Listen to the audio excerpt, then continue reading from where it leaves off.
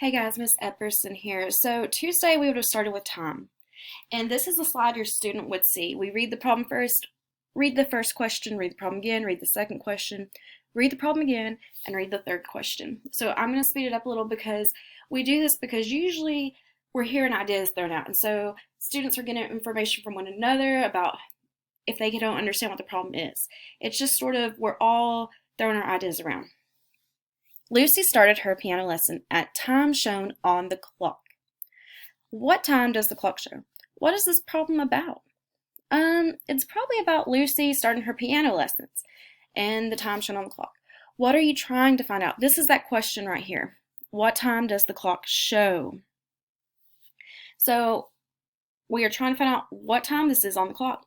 What information is important? So this really isn't important because it's just referring to the clock and her starting time. What is important is this hour hand and this minute hand. And a lot of students will not know that this is the hour hand or minute, or they may have them confused vice versa with that. They also may not know what time the numbers represent, if that's the hour, or they may not know what the minutes represent because the numbers, they may think it's just 1 through 12. So we're going to go to this next slide. Solve and support your thinking. Solve the problem, record your process, solve another way. So at this time, I'd probably have my students open their workbook because I want them to use the clock. I taught them, if I had them in first grade, they looped with me to second grade. So I'd be pulling up this workbook right here. And a lot of mine might color in the 4 area to represent that it's showing that the hour hand is in the 4. They may highlight the minute hand, and they may even draw what the minutes represent around, if they're skip counting by 5, 10s, or 20s. It's what they're wanting to do with that, or what knowledge they already have. So to go back to the screen over here, we have discuss. Share your thinking with a partner, and this is the part I love because discussion starters allow students who do know information to share with students who don't have that information, and something might click that I'm not able to maybe to get out with my wording versus a kid's wording.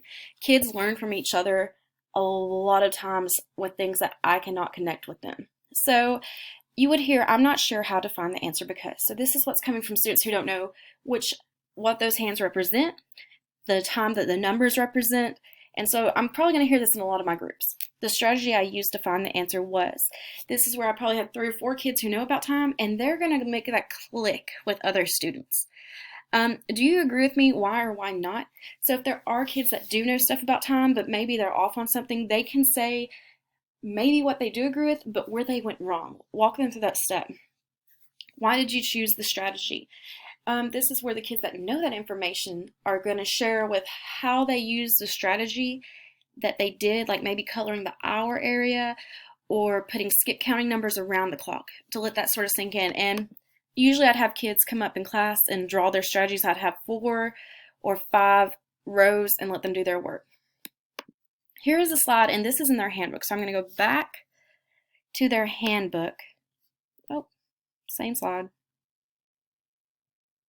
We're going to go here. And what's on that slide is the same questions in the workbook. So on A, I'd let someone read it. The shorthand shows the hour. What number did the shorthand just go past? So we're going to look at that, and it's just wanting to know what number did it go past. So we're going to go here, and they also need to know a clock goes clockwise from left to right, around this way, like that. And they should have put 4, just past the 4. B, the longhand shows the minutes. It is halfway around the clock. How many minutes are in a half hour? If kids do not know how many minutes are an hour, they're not going to know how many minutes are in a half hour. So they need to know that each tick mark, right past the 12, we'd start 1, 2, 3, 4, 5.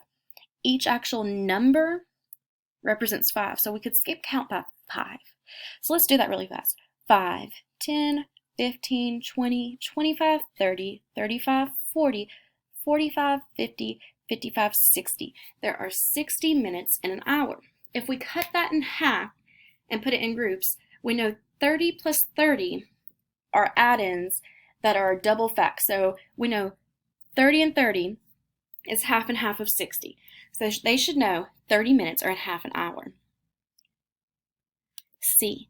The time is halfway between which 2 hours? Well, obviously we have the 4 up here, it's just past, so it should be 4 o'clock. O'clock represents 00, so 4 colon 00. And which one has it not passed that hand's in between? It should be 5, because that's the next one that would pass right here. 5 o'clock 00. So D, what time did Lucy start her piano lesson? We know the hour is in the 4 range, so 4. And then the minute is halfway around the clock, so 30 is half of 60. So 4:30 should be the answer we're going for here. They would then see this, find out more. So this is breaking it down. We just wanted to see what they knew first. We didn't want to know what we taught them yet. We wanted to know what they knew, what they were coming into this lesson with. And that way ideas were clicking around and they're talking. So it says, look at the clock. The shorthand is called the hour hand. It tells the hour.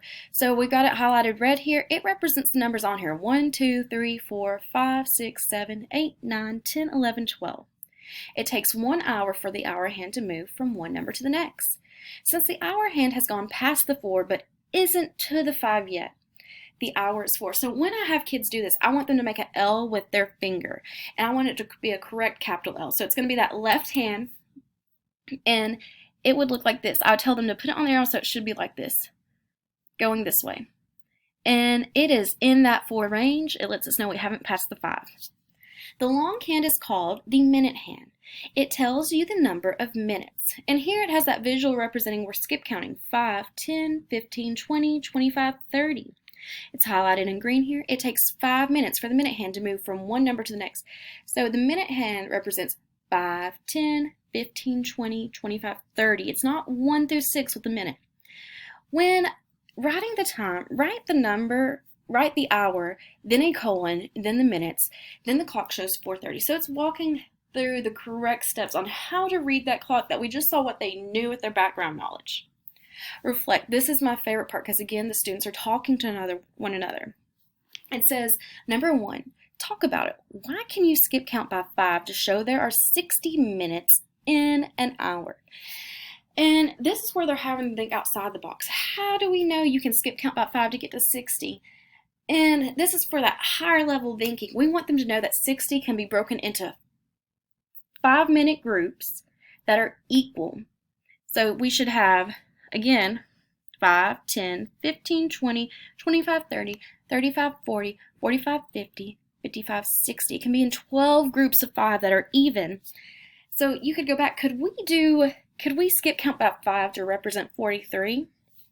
And then they would probably get to 8 here to get to 40, but we couldn't go to a group of 9 because we only have 3. So they would not be equal groups if we're building that in. So it should basically be there can be 12 groups of even 5s is what their answer should be coming to. And that will leave us at 12 there. So now this would be the time they'd have practice and problem solving. So let me pull up that booklet. We're already on here. iReady dashboard, math. Let me exit out of this. We would be going to this, and if you want their booklet during breakfast tomorrow, I will be more than happy to meet you where they're handing out breakfast to hand out booklets if you'd like to meet me at the school. And I can do this about every day. Both my daughters are at home with me, and so that's a little hectic. This would be the take-home sheet, and I'll look at this in a minute. But what they would have done after the lesson we just taught was this prerequisite. So it's going over prerequisite means what background knowledge they need or should have known to be able to do this. So they would work through this. There's an example. Circle the clock that shows 2:30. So it's just seeing if they know about the half hour and a whole hour. Read the digital clock, draw the hand. So we're taking this information from a digital and we're going to put on analog. Solve. Circle the clock that shows 7. 4. Circle the clock that shows 3:30. And 5. Read the digital clock. Draw the hands on the other clock to show the same time. So we're transferring this information there. 6. It is 5 o'clock. Fill in the correct time on the digital clock.